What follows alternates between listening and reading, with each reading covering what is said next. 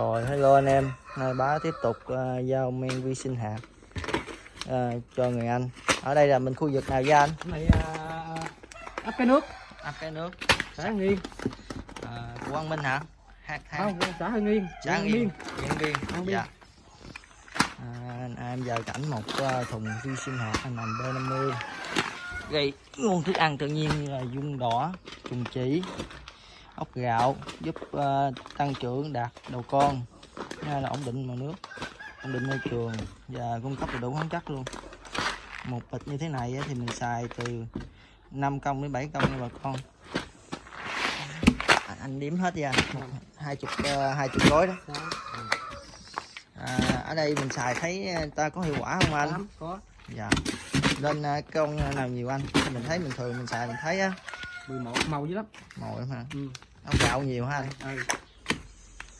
Dạ.